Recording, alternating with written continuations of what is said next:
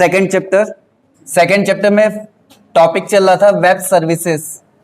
What is web services? Web means website, services means resources, यानी internet की help से ऐसी जो भी सर्विसेज हैं जो वेबसाइट हमको प्रोवाइड करता है वो किस में आता है? वेब सर्विसेज में। अब इसमें कौन कौन सी सर्विसेज देखनी थी? कल मैंने क्लास में बताया था ईमेल क्या होता है, वीडियो कॉन्फ्रेंसिंग क्या है, चैटिंग। तो एक एक करके इन पॉइंट्स को देख लेते हैं। और क्योंकि ये ऑलरेडी वीडियो में कवर हो चुका है इसलिए कुछ इंपॉर्टेंट पॉइंट को ही देखेंगे। जैसे पहला पॉइंट है, अक्सर सुना होगा net surfing. What is the meaning of net surfing? Net means ये नेट वर्ड किस लिए लिया गया है? इंटरनेट। और सर्फिंग का मतलब क्या होता है? सर्च करना, कोई भी इंफॉर्मेशन को सर्च करना। अगर मैं इंटरनेट के थ्रू किसी भी इंफॉर्मेशन को सर्च कर रहा हूं तो टेक्निकल टर्म में हम उसको क्या कहेंगे? Net surfing. क्लियर हुआ? ये सेकंड चैप्टर का फर्स्ट पॉइंट है, what is the meaning of net surfing?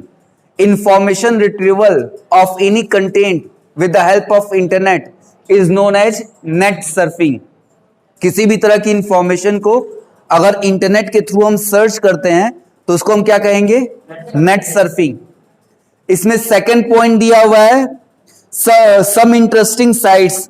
यहां पे कुछ वेबसाइट्स के नाम दिए हुए हैं जिनका हम यूज करते हैं सर्चिंग के लिए। तो अगर हम इन बुक को हटा दो और नॉर्मली देखो तो एज ए स्टूडेंट तुमको सबसे ज्यादा इंपॉर्टेंट कौन सी वेबसाइट है तुम्हारे लिए अगर तुम्हें सर्च करना है? तो गूगल है, याहू है। इसके अलावा सीबीएसई, अगर कोई इंफॉर्मेशन चाहिए तो सीबीएसई की वेबसाइट खोल सकते हैं।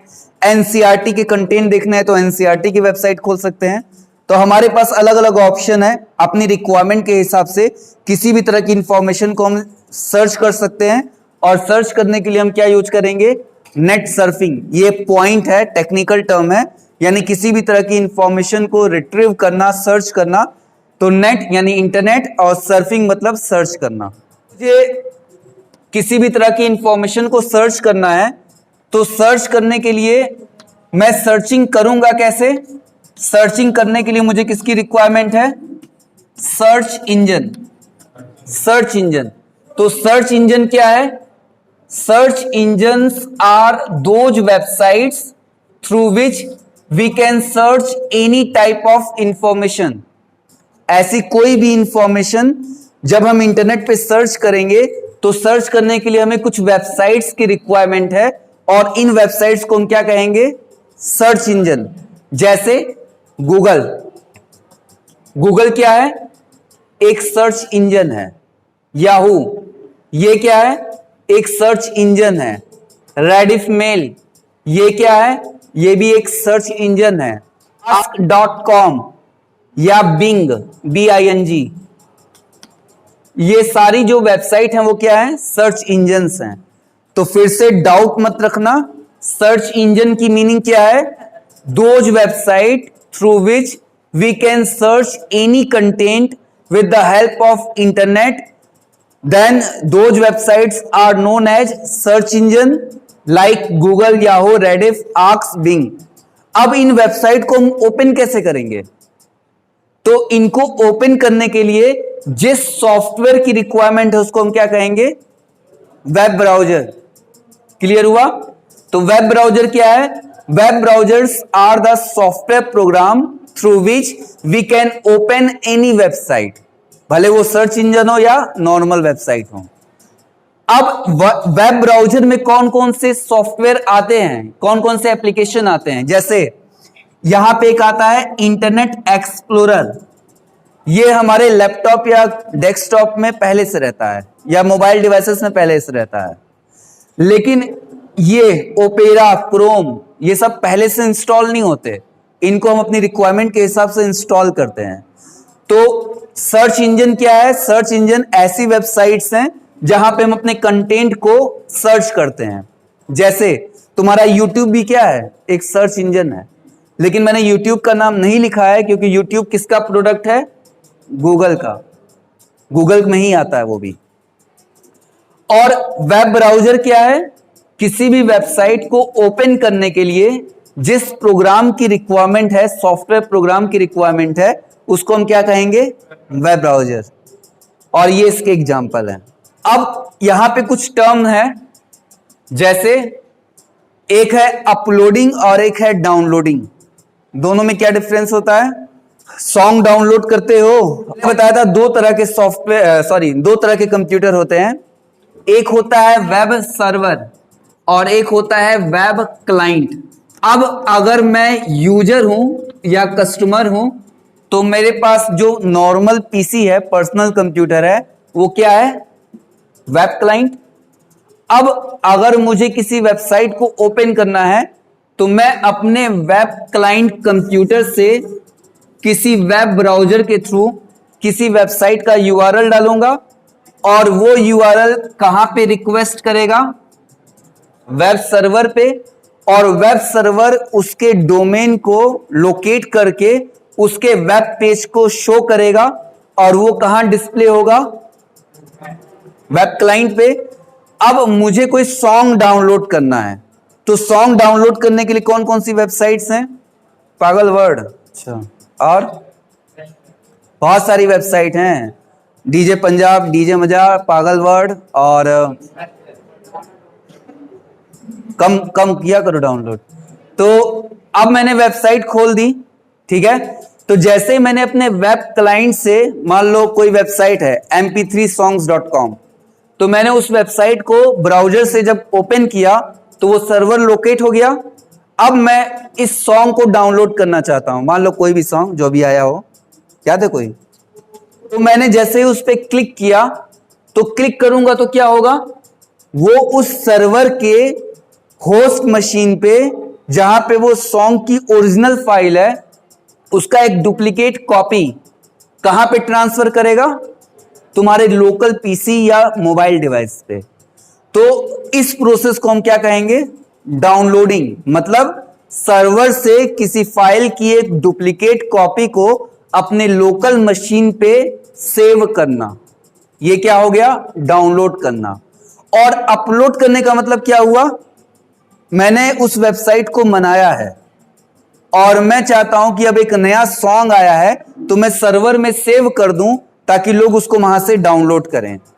समझ में आ रहा है? तो मैं अपने लोकल कंप्यूटर से ही ना अपलोड करूंगा। तो लोकल कंप्यूटर से किसी सोर्स फाइल को, यानी ओरिजिनल फाइल को सर्वर पे सेव करना, कॉपी करना, इस प्रोसेस को हम क्या कहेंगे? अपलोड। ठीक है। तो लोकल से अगर कोई फाइल हम सर्वर पे डाल रहे हैं तो वो क्या हो गया? अपलोडिंग। और सर्वर से अगर किसी फाइल को हम अपने लोकल मशीन पे सेव कर रहे हैं तो क्या हो गया?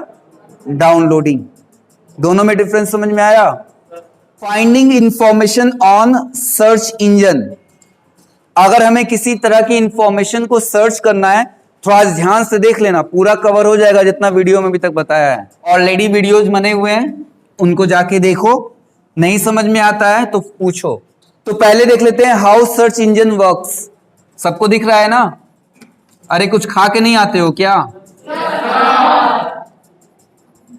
अच्छा, नहीं खा के आते हो, इसीलिए कहा yes sir. How search engine works. Search engine कैसे वर्क करता है, ठीक है। अब कैसे वर्क करता है ये तो हमको जानना चाहिए। अगर मैं कोई इंफॉर्मेशन सर्च कर रहा हूं, जैसे मान लो मैं सर्च कर रहा हूं बेस्ट स्कूल्स इन देवरिया, ठीक है, तो मैं गूगल खोलूंगा ब्राउजर से और वहां पे सर्च बॉक्स में लिखूंगा बेस्ट स्कूल्स इन देवरिया या टॉप 5 स्कूल या टॉप 10, जो भी मुझे सर्च करना है। तो मुझे सर्च करना है बेस्ट स्कूल्स इन देवरिया। मैं जैसे ही क्लिक करूंगा, क्लिक करने के बाद क्या होगा? यहां पे 3 चीजें होती हैं। पहला पॉइंट है स्पाइडर। आप एक एक करके समझते जाओ। इसी को स्पाइडर भी बोलते हैं, वेब क्रैवल भी बोलते हैं, बॉट्स भी बोलते हैं। ये क्या होता है? जैसे ही हम सर्च इंजन पे किसी भी इंफॉर्मेशन को सर्च करते हैं तो हमारा जो कंडीशन या क्राइटेरिया जो हमने पुट किया है, उस क्राइटेरिया को शिफ्ट करना सर्च इंजन के इंडेक्स पेज में, ये वर्क किसका होता है? स्पाइडर का। क्लियर हुआ? जैसे सर्च इंजन का एक डाटाबेस है ना, जहां से वो इंफॉर्मेशन को उठाता है, और उस डाटाबेस में बहुत सारी करोड़ों अरबों इंफॉर्मेशन है, तो वो उस इंफॉर्मेशन को कैसे लोकेट करेगा? उसके लिए एक इंडेक्सिंग क्रिएट की गई है, इंडेक्स टेबल बनाए गए हैं, ताकि हम उस तरह की इंफॉर्मेशन को डायरेक्टली सर्च कर सकें। तो ये इंडेक्स टेबल को लोकेट करने का वर्क किसका है? स्पाइडर का। पहला पॉइंट क्लियर हुआ। इसमें सेकंड पॉइंट दिया हुआ है इंडेक्सिंग सॉफ्टवेयर। ये इंडेक्सिंग सॉफ्टवेयर क्या करता है? ये इस इंडेक्सिंग सॉफ्टवेयर का वर्क ये होता है कि ये इंटरनेट से हर वेबसाइट की इंफॉर्मेशन को गूगल की डाटाबेस में स्टोर करता है, और हर डोमेन का एक यूनिक नंबर जनरेट करता है। और वो यूनिक नंबर कहां से जनरेट करेगा? इंडेक्सिंग सॉफ्टवेयर से। एक नंबर, बाइनरी कोड जनरेट होता है हर वेबसाइट के पेजेस के लिए, हर वेबसाइट के लिए। अभी मैं बता रहा हूं आगे कि किस तरह से ये काम करेगा। सेकंड पॉइंट समझ में आया कि हर वेबसाइट के लिए क्या करेगा? वो एक इंडेक्सिंग यानी सीक्वेंस जनरेट करेगा। इसके बाद सर्च एल्गोरिथम। एल्गोरिथम का मतलब क्या होता है? अगर तुम लोग में कोई बीटेक करेगा तो ये एक पूरी बुक होती है एल्गोरिथम नाम से, जिसमें जितने भी तुम्हारे मैथमेटिक्स के प्रॉब्लम है, मैथमेटिक्स के जो तुम लोग ट्रिग्नोमेट्री पढ़ रहे थे, जैसे sine square theta plus cos square theta equal to 1 कैसे होता है? हमने तो कह दिया 1 होता है ना। क्यों होता है? 1 ही क्यों होता है? कहने का सेंस समझ रहे हो ना? लॉजिक क्या है? समझ रहे हो ना क्या कहना चाहता हूं? ये होता है, लेकिन क्यों होता है? ये क्यों का जवाब जो है वो हमें कहां मिलता है? एल्गोरिथम में। एल्गोरिथम क्या है? Step by step process to solve any problem to find out optimize solution. किसी भी प्रॉब्लम का ऑप्टिमाइज मतलब अप्रोक्सीमेट सोल्यूशन, कि वो किस तरीके से वर्क करेगा, ये किसका काम है? एल्गोरिथम का। अब एल्गोरिथम कई तरह से बनाया जाता है। हम चाहें तो उसको इंग्लिश लैंग्वेज में लिख सकते हैं, अगर हम चाहें तो उसको ड्रॉ कर सकते हैं फ्लो चार्ट के फॉर्म में, ईआर डायग्राम के फॉर्म में। ये सब बीटेक में पढ़ना है तुम लोग को, अगर कोई करेगा तो। और इसके अलावा अगर मैं प्रोग्रामिंग जानता हूं तो मैं उसको अपने प्रोग्रामिंग कोड के फॉर्म में लिखूंगा। तो जब कंपनियों के बाद, बड़ी बड़ी आईटी कंपनी के पास कोई सॉफ्टवेयर डेवलप करने के लिए आता है, तो वो लोग सीधे डेवलप करना नहीं स्टार्ट कर देते हैं। वो लोग पहले उसका एक एल्गोरिथम जनरेट करते हैं कि वो किस तरह से वर्क करेगा, और फिर अपने टीम मेंबर्स को बांट देते हैं कि तुमको ये मॉड्यूल करना है, तुमको ये मॉड्यूल करना है, ये इसका एल्गोरिथम है, यानी कोडिंग इस तरह से होनी चाहिए। तो सेम ऐसे ही जब हमारा फाइंड आउट हो जाएगा, जो हम सर्च कर रहे हैं, फाइंड आउट होने के बाद वो डिस्प्ले कैसे होगा? मैं देवरिया सर्च करूं तो देवरिया के ही कंटेंट दिखे, देवरिया के ही स्कूल आए। ये हो सकता है कि टॉप 5 कहीं आएगा, यूट्यूब पे सर्च करोगे तो किसी वीडियो में लिखेगा टॉप 5, किसी में लिखेगा टॉप 10, किसी में लिखेगा Deoria best schools in Deoria, Deoria schools, इस तरह से आएगा। लेकिन क्या लखनऊ का आ जाएगा? ऐसा तो नहीं होगा ना। तो देवरिया का कंटेंट आना ये इंडेक्सिंग सॉफ्टवेयर के थ्रू आएगा, और किस वीडियो को वो पहले दिखाएगा या किस वेबसाइट को वो नंबर 1 पे दिखाएगा, ये सब डिपेंड किस पे करेगा? सर्च एल्गोरिथम पे। यहां तक क्लियर हुआ? अब ये 3 पॉइंट के बाद जो नेक्स्ट हेडिंग है वो बहुत ही इंपॉर्टेंट हेडिंग है, जिसका नाम है सर्चिंग टिप्स। मेरे ख्याल से ऐसा कोई भी नहीं होगा यहां पे जो किसी भी तरह की इंफॉर्मेशन को सर्च ना करता हो। ठीक है, तो अब सर्चिंग टिप्स देख लेते हैं। कई बार लोग मिस्टेक करते हैं और उनको पता ही नहीं होता कि उन्होंने मिस्टेक क्या की है। जैसे मैंने अभी एक वर्ड लिया, बेस्ट स्कूल्स इन देवरिया। ठीक है, अगर मैं इसको ऐसे लिखूंगा, बेस्ट स्कूल्स इन देवरिया, अब क्या ये केवल देवरिया के जो बेस्ट स्कूल हैं उनको दिखाएगा? अगर 90% लोगों को यही लगता है, लेकिन ये गलत है। अब ये जो गूगल में सर्च करेगा वो मालूम है कैसे सर्च करेगा? पहला वर्ड बेस्ट, जिन जिन वेबसाइट के पेजेस में बेस्ट लिखा होगा ये सर्च करेगा। दूसरा वर्ड स्कूल्स, ऐसी जितनी भी वेबसाइट जहां पे स्कूल्स वर्ड आएगा उनको शो करेगा, और ऐसी वेबसाइट्स जहां पे देवरिया लिखा होगा ये उनको सर्च करेगा। यानी जो सर्च रिजल्ट होगा वो करोड़ों में होगा और हर तरह का कंटेंट होगा। जहां पे बेस्ट, स्कूल, देवरिया, इन तीनों में से कोई भी वर्ड मिल जाएगा तो वो उसको दिखा देगा। लेकिन मुझे तीनों में से कोई एक वर्ड नहीं चाहिए, बल्कि तीनों एक साथ चाहिए, कंबाइन चाहिए। तो जब भी हम गूगल में सर्च करें तो उसके लिए हमें क्या करना पड़ेगा? Double quote. अगर मेरा कोई एक सेंटेंस है जिसको मैं सर्च कर रहा हूं तो उस सेंटेंस को किसी भी सर्च इंजन में सर्च करते वक्त मुझे क्या करना होगा? उसको डबल कोड में यूज करना होगा। ठीक है, अब आगे देखते हैं सेकंड पॉइंट। अगर मुझे इसको अलग अलग सर्च नहीं करना है तो पहला तरीका यह हो गया कि मैं डबल कोड में दे दूं। दूसरा तरीका यह हो गया कि मैं डबल कोड ना देके मैं चाहूं तो इनके बीच में डैश, अगर मैं डैश दूंगा तो ये भी एज ए कंबाइंड सेंटेंस की तरह वर्क करेगा। तो ये समझ में आया कि अगर मैं कोई चीज सर्च कर रहा हूं तो वो अलग अलग वर्ड को सर्च करता है। अगर मैं एक साथ सर्च कराना चाहता हूं तो मैं बीच में डैश या डबल कोड दूंगा। नेक्स्ट पॉइंट देखते हैं, वाइल्ड कार्ड। एक चीज और देख लो, डबल कोड, डैश, या यहां पे हम चाहें तो सेमीकॉलन। सेमीकॉलन, तो ये तीन ऑप्शन है किसी भी सर्चिंग क्राइटेरिया को एक सेंटेंस में लिखने के लिए। या तो हम डबल कोड में उसको लिखें, या तो हम बीच में डैश का यूज करें, या तो हम बीच में सेमीकॉलन का यूज करें।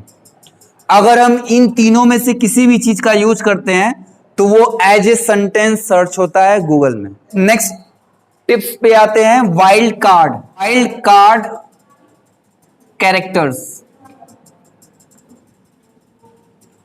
अगर मैं किसी भी सर्च इंजन में कोई इंफॉर्मेशन को सर्च कर रहा हूं, भले वो गूगल हो, याहू हो, या कोई भी सर्च इंजन हो, सपोज करो मुझे सर्च करना था बेस्ट स्कूल्स, ठीक है, इन देवरिया।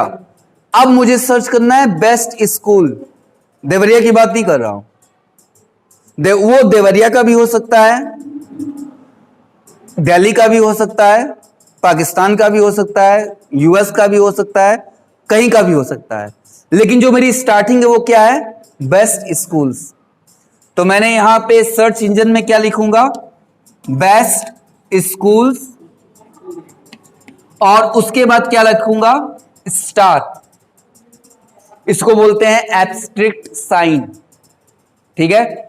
और जैसे ही मैं इंटर की प्रेस करूंगा, एंटर की प्रेस करने के साथ ही क्या होगा? उस सर्च इंजन में जितने भी ऐसे वेबसाइट हैं जहां पे लिखा है बेस्ट स्कूल्स, शुरू का दो वर्ड क्या होगा? Best schools. अब आगे कुछ भी हो उससे मुझे मतलब नहीं है, बेस्ट स्कूल्स लिखा होगा। अब मुझे सर्च करना है रणबीर, तो अगर मैं यहां पे लिख देता हूं रणबीर एब्स्ट्रैक्ट या रणबीर स्टार, तो अब ये रणबीर सिंह भी हो सकता है, रणबीर कपूर भी हो सकता है, या खन्ना हो सकता है, कुछ भी हो सकता है, ठीक है। लेकिन जो उसका फर्स्ट वर्ड होगा वो क्या होगा? रणबीर। तो ये है वाइल्ड कार्ड का यूज करना, कि हम इस तरीके से गूगल में इसको यूज कर सकते हैं। और तुम लोग के लिए सबसे इंपॉर्टेंट टिप बताता हूं जो बुक में नहीं दी है, लेकिन तुम लोग के बहुत आगे काम आएगी। बता दो ना, छोड़ो फायदा क्या, चलो बता दे रहा हूं, तुम लोग भी क्या याद रखोगे। मुझे एक सीबीएसई का सैंपल पेपर डाउनलोड करना है। कैसे डाउनलोड करेंगे? गूगल पे क्या लिखेंगे? सीबीएसई सैंपल पेपर, जिस साल का निकालना हो वो साल या ईयर, जैसे मान लो 2018, सब्जेक्ट नेम, यही करोगे ना। अब इतना करने के बाद इसके आगे एक छोटा सा काम कर देना, यहां पे लगाना कॉलन, फिर लगाना स्टार और फिर लगाना पीडीएफ और इंटर की प्रेस कर देना। तो ऐसी वेबसाइट्स के लिंक खुलेंगे जिसमें उस सब्जेक्ट की पीडीएफ फाइल होगी और उसको डायरेक्टली तुम लोग क्या कर सकते हो, डाउनलोड कर सकते हो। तो तुमको पीडीएफ का लिंक अलग से सर्च करने की जरूरत नहीं है कि वेबसाइट को खोलो फिर पीडीएफ पे जाओ। तुम सीधे उसके आगे कॉलन एब्स्ट्रैक्ट पीडीएफ लिख दोगे तो केवल पीडीएफ वाला ही जो लिंक होगा वेबसाइट का वही खुलेगा। हर जगह का गूगल में कहीं का भी कोई भी वेबसाइट खुल रही है तो वही वेब पेज खुलेगा जहां पे वो पीडीएफ फाइल होगी। अब पीडीएफ की जगह डॉक्यूमेंट फाइल खोलनी है तो डीओसी, कोई प्रेजेंटेशन, पावर पॉइंट प्रेजेंटेशन किसी का मना मनाया उठाना चाहते हो तो यहां लिख दो पीपीटीएक्स। तुम लोग के ऊपर है, एक्सटेंशन लिखो वो फाइल आ जाएगी। एक चीज और, अगर मैं कोई इंफॉर्मेशन को सर्च करता हूं, जैसे ये मैंने लिखा बेस्ट स्कूल इन देवरिया, पहले जो लिखा था और अब जो लिखा है दोनों में एक डिफरेंस है। क्या डिफरेंस है? अब मैंने स्मॉल लेटर्स में लिखा है लेकिन ये स्मॉल लेटर को भी सर्च करेगा और कैपिटल को भी सर्च करेगा।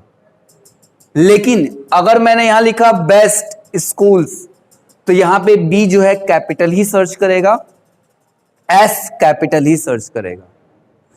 या मैंने ऐसे लिख दिया बेस्ट स्कूल्स तो ऐसे ही पेज सर्च करेगा जिसके स्टार्टिंग में बी और ई कैपिटल हो और स्कूल में एस और सी कैपिटल हो।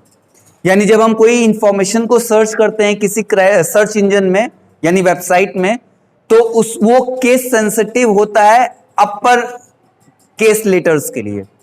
यानी अगर मैं कैपिटल में लिखूंगा तो वो कैपिटल वाले ही सर्च करेगा। अब अगर पहला हो तो पहला सर्च करेगा, अगर शुरू के दोनों है तो दोनों सर्च करेगा। लेकिन अगर मैं किसी इंफॉर्मेशन को लोअर केस लेटर में लिख के सर्च कर रहा हूं तो वो लोअर के साथ साथ अपर दोनों सर्च करेगा। एशिया के बारे में जानना है तो मैंने सर्च इंजन में क्या लिख दिया, नॉर्मली लिख दूंगा एशिया, तो एशिया का मैप आ जाएगा या एशिया से रिलेटेड इंफॉर्मेशन आ जाएंगी। ठीक है, तो मैंने यहां लिख दिया गूगल पे एशिया। ठीक है, अब मैं एशिया के बारे में सर्च करना चाहता हूं लेकिन चाइना के बारे में नहीं जानना चाहता। थोड़ा 36 का आंकड़ा चल रहा है ना, समझ रहे होगे, तो मैं नहीं चाहता। तब मैं क्या करूंगा, मैं ऐसे वेब पेज चाहता हूं जिसमें एशिया से रिलेटेड इंफॉर्मेशन हो लेकिन अगर मैं वहां पे कहीं चाइना के बारे में बताया हो तो वो ना दिखाए, छोड़ दे, इसको स्किप कर दे।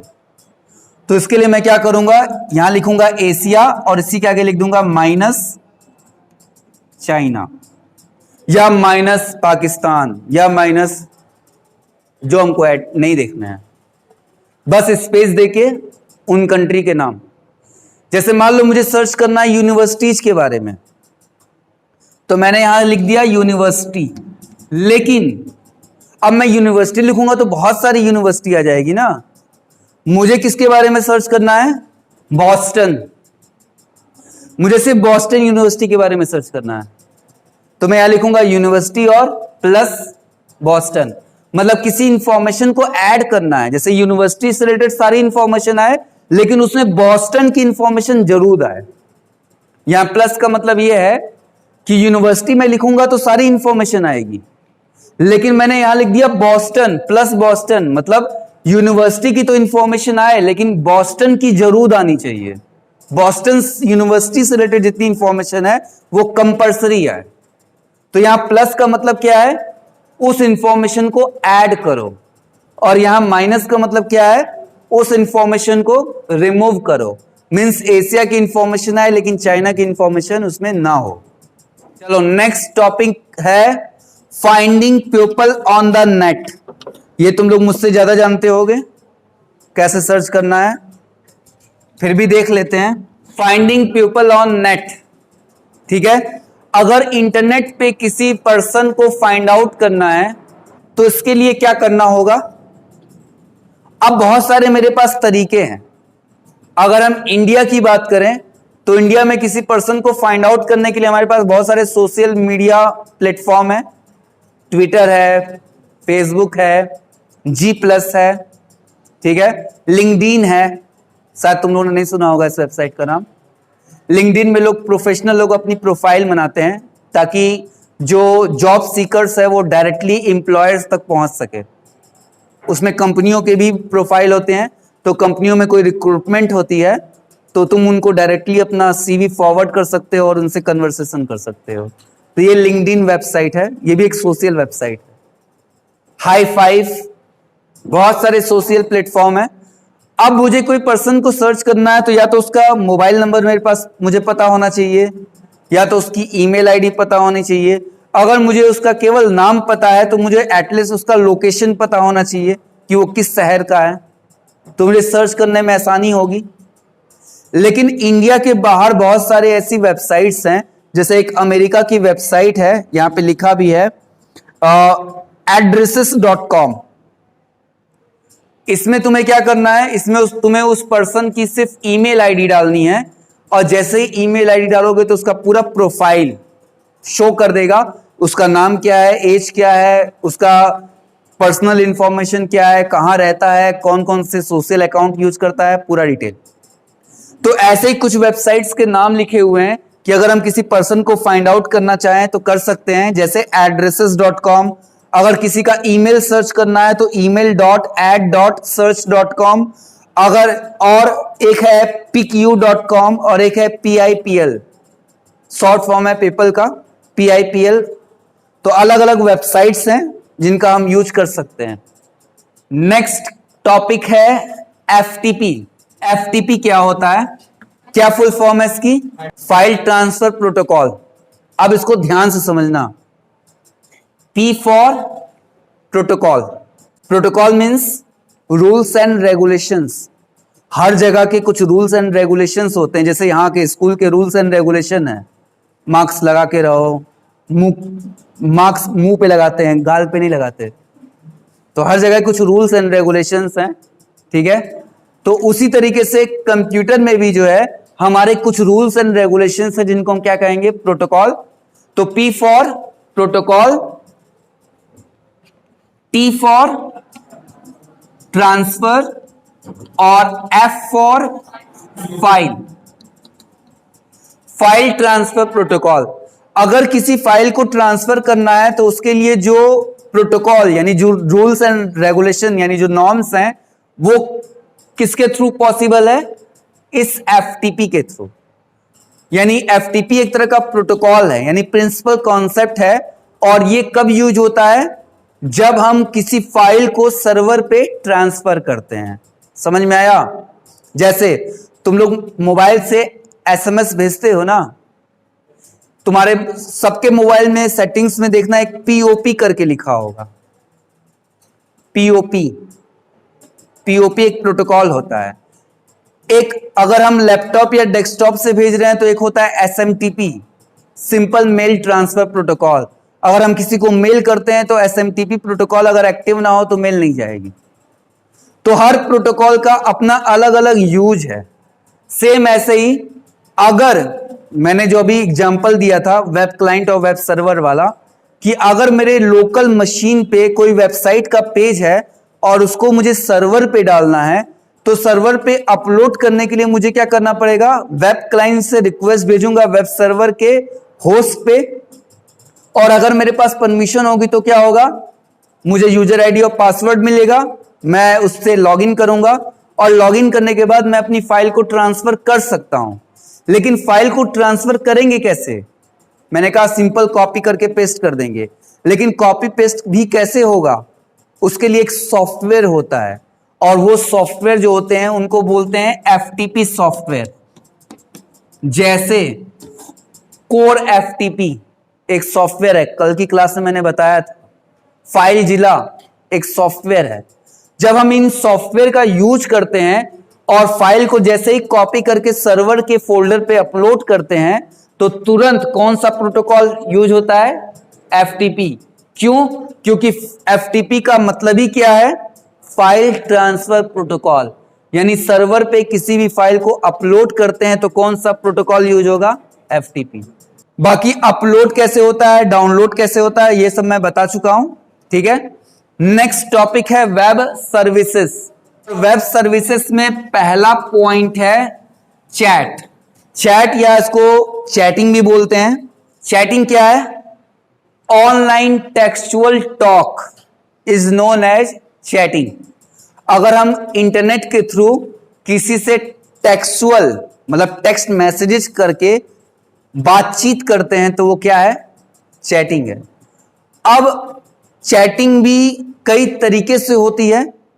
हम चाहें तो टेक्स्ट मैसेज भेज सकते हैं, चाहें तो वॉइस मैसेज भेज सकते हैं। तो सिंपल समझो, what is the meaning of chat? Online textual talk is known as chatting. अब इसके कई फॉर्म हैं, जैसे पहला फॉर्म है IM। IM का मतलब इंस्टेंट मैसेजिंग। तो बहुत सारी ऐसी वेबसाइट्स हैं जो हमें ये सर्विसेज प्रोवाइड करती हैं कि हम IM सॉफ्टवेयर, यानी इसके सॉफ्टवेयर होते हैं, हमें अपने लैपटॉप या मोबाइल डिवाइस में इंस्टॉल करना होता है। तो इन IM सॉफ्टवेयर को इंस्टॉल करके डायरेक्टली मैसेज कर सकते हैं। जैसे AOL कंपनी है, इसकी वेबसाइट है, इसका एक मैसेंजर आता है। जैसे हम इसके मैसेंजर को डाउनलोड कर लेंगे तो उसमें चैट रूम्स दिए हैं। लास्ट क्लास में बताया था चैट रूम क्या होता है, नहीं सुने तो फिर से सुन लो। चैट रूम क्या होता है? एक कम्युनिटी है, अलग अलग कम्युनिटी के रूम्स बने हुए हैं, मतलब सेक्शन बने हुए हैं। रूम का मतलब सेक्शन बने हुए हैं। जैसे मान लो मैं IT का स्टूडेंट हूं तो मैं देखूंगा IT के बहुत सारे चैट रूम होंगे। अब मुझे जिस चैट रूम को ज्वाइन करना है मैं उसको ज्वाइन करूंगा, तो उसमें मुझे कोई प्रॉब्लम है तो मैं उसका मैसेज डाल दूंगा। लोग उस पर रिमार्क कर सकते हैं, अपना सजेशन दे सकते हैं, रिव्यू दे सकते हैं। तो मुझे कोई चीज नहीं पता है तो मैं उसको जान सकता हूं। तो लोग इस तरह से चैट रूम क्रिएट करके जो है उस पर इंफॉर्मेशन को सर्च करते हैं। सेकंड है ICU या ICQ। ये एक तरह का कॉन्फ्रेंसिंग टूल है, इसमें भी टेक्सुअल टॉक ही होती है, लेकिन ये एक तरह का कॉन्फ्रेंसिंग टूल है। और जो कंपनियों के अक्सर इस तरह के जो है सॉफ्टवेयर होते हैं, इससे क्या होता है? कंपनी अपने इंप्लॉय से या अपने कस्टमर से डायरेक्टली जुड़ जाती है। जैसे तुमने कोई सामान किसी कंपनी का खरीदा, उसका सॉफ्टवेयर इंस्टॉल कर लिया। अब इससे ये हुआ कि उस सॉफ्टवेयर से रिलेटेड कोई चीज सर्च करनी है। जैसे मान लो कोई प्रोडक्ट है, कोई कुकिंग का कोई प्रोडक्ट लेके आए हो और उसका मैनुअल तुमको जानना है हिंदी या इंग्लिश में, या सर्च करना है कि किस तरीके से ये वर्क करता है, तो उसका ICQ सॉफ्टवेयर अपने मोबाइल में इंस्टॉल कर लो और वहां से उस इंफॉर्मेशन को सर्च कर लो।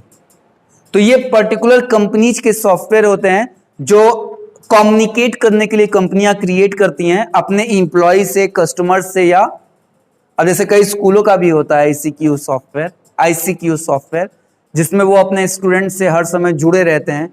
टाइम टेबल आया, उस सॉफ्टवेयर के थ्रू अपडेट कर दिया, लोगों ने ओपन करके देख लिया।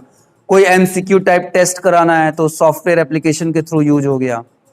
तो जब हम इस तरह का कन्वर्सेशन करते हैं, चैटिंग करते हैं, जिसमें पर्टिकुलर इंस्टेंट ऑर्गेनाइजेशन या किसी फर्म से रिलेटेड हो, तब ICQ हो गया। और अगर नॉर्मली वेबसाइट के मैसेंजर के थ्रू हमें चैटिंग करनी है तो वो क्या हो गया? IM। ये वेबसाइट के थ्रू होता है और ये सॉफ्टवेयर के थ्रू होता है। मतलब इसको हमें अपने लैपटॉप या डेस्कटॉप पे इंस्टॉल करना होगा, लेकिन इसको इंस्टॉल करने की जरूरत नहीं है। उस वेबसाइट को खोलेंगे और उस वेबसाइट में एक चैटिंग सर्विस होगी ऑलरेडी, जैसे याहू में चैट रूम से ऑलरेडी है, तो सिर्फ उसे हमें ओपन करके जो है यूज कर लेना है। इसके बाद है IRC, internet relay chat.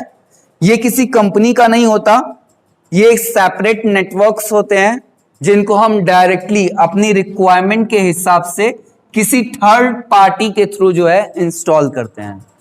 Third party का मतलब ये हो गया, जैसे जो लोग रिजर्वेशन का काम करते हैं बाहर से, मेन प्लेटफॉर्म से नहीं, जैसे कोई एजेंट है वो रिजर्वेशन कर रहा है, तो वो जो सॉफ्टवेयर यूज कर रहा है वो क्या है? ओरिजिनल सॉफ्टवेयर है कंपनी का, वो एक तरह का थर्ड पार्टी एप्लीकेशन सॉफ्टवेयर है। तो ऐसे ही अगर हम किसी चैटिंग के लिए किसी थर्ड पार्टी एप्लीकेशन को अपने डेस्कटॉप या मोबाइल डिवाइस पे इंस्टॉल करके यूज करते हैं तो उसको हम कहेंगे IRC, इंटरनेट रिले चैट। तो ये चैटिंग का पूरा कंटेंट है। अब हम आते हैं वेब बेस्ड चैट। चैट भी कई तरह के होते हैं, तो ये टेक्सुअल टॉक था। अब हम आते हैं वेब बेस्ड। नाम से ही क्लियर हो गया होगा कि वेब बेस्ड मतलब वेबसाइट, वेब मतलब वेबसाइट, चैट मतलब टॉक। अगर हम वेबसाइट के थ्रू टॉक कर रहे हैं तो वो क्या है, वेब बेस्ड चैट है। तो ऐसे जितनी भी वेबसाइट्स हैं जो हमें चैटिंग की फैसिलिटी देती हैं, लेकिन ये फैसिलिटी हम उनकी डायरेक्ट वेबसाइट के थ्रू यूज करते हैं या एक्सेस करते हैं, तो इस तरह की चैटिंग वेबसाइट्स को हम बोलेंगे वेब बेस्ड चैट। जैसे याहू, रेडिफ मेल, ठीक है, जीमेल या गूगल कह लो, जीमेल उसी का पार्ट है। तो यहां पे हर जगह हमको क्या होता है, वेबसाइट के थ्रू चैटिंग का ऑप्शन आता है। तो इसके लिए हमें कोई सॉफ्टवेयर भी इंस्टॉल नहीं करना है, हमारे मोबाइल में सिर्फ क्या होना चाहिए, मोबाइल या पीसी में इंटरनेट कनेक्शन होना चाहिए।